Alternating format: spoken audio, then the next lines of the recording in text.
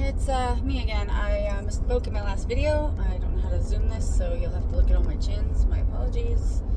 And I've had cancer enough I forgot, which is cancer. So then I said I had 3 cancers, and I said one was catastrophic. That was true. I said one was on my forehead on top of a divot from falling out of the car and started driving Boston when I was little. That's also true. This one here that was repaired by a plastic surgeon was not cancer. It was just a dysplastic nevus, which is like a sketchy spot they just want to, remove before it becomes a sketchier spot.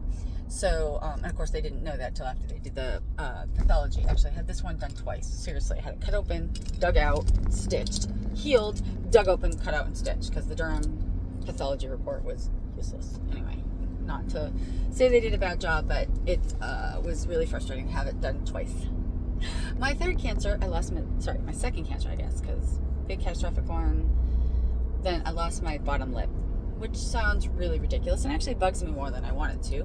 I had a transplant years ago, and it tries to kick my butt, and so then I had a lesion on my lip, just a cut, and it wouldn't heal, and then we just assumed it was related to my transplant. Well, we finally got to biopsying it way later than we should have, but I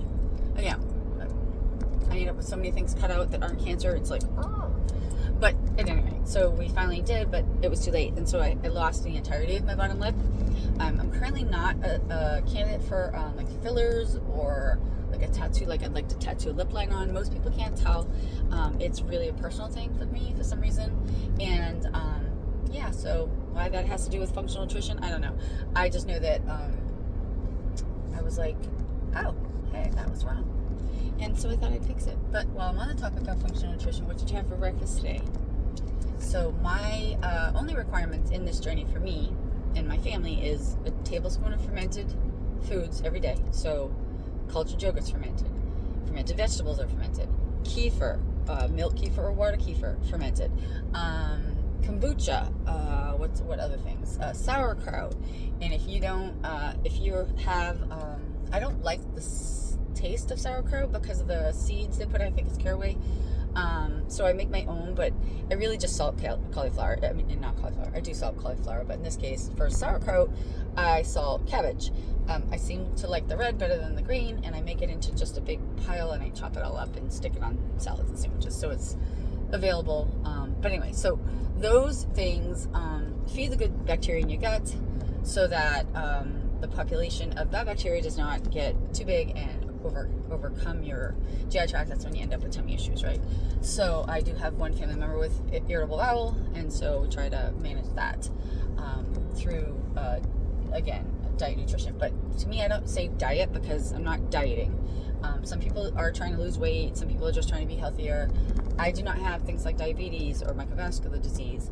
I don't have heart disease and things like that, but I've had some catastrophic medical stuff that means I'm more susceptible to pretty much everything. But at any rate, so my requirements, quote unquote, to my family are a tablespoon of any fermented food once a day. I eat more than that, but most of my kids don't. They're like, fine, I'll have some kefir, fine, I'll have whatever. But I also removed snacks that are typically chemical laden, Takis, chicken fingers, things that are mostly crap. And not because I'm mad at Takis or I'm mad at chicken fingers, but because I do sometimes buy chicken fingers and keep them in the freezer for the kids, but I buy the certified humane,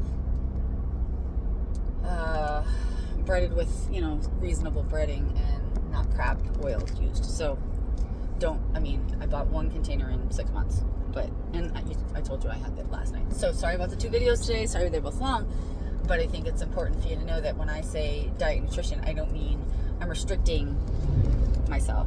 I was raised in Boston. I have a wicked personal history with food. I will be eating food, talking about food, planning my next meals. It's my culture. And it's always been that way. Sarcasm is as well. But I've changed my relationship with food now because I absolutely can see when I'm having food and when I'm not. And it used to be I would drift through my day and I'd graze. I can still graze, but my choices are going to be different in my grazing now than they used to be.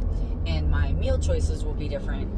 I'm not mad at myself for the crappy meal at Chili's last night because most of my diet's pretty clean. And again, diet. Most of the food I intake is clean. I'm not ever mad at myself or feel guilty if I have a piece of cheesecake, as long as it's cheesecake from a reputable place that I know isn't just filled with all sorts of crap. And if I do use sugar, I usually use organic sugars.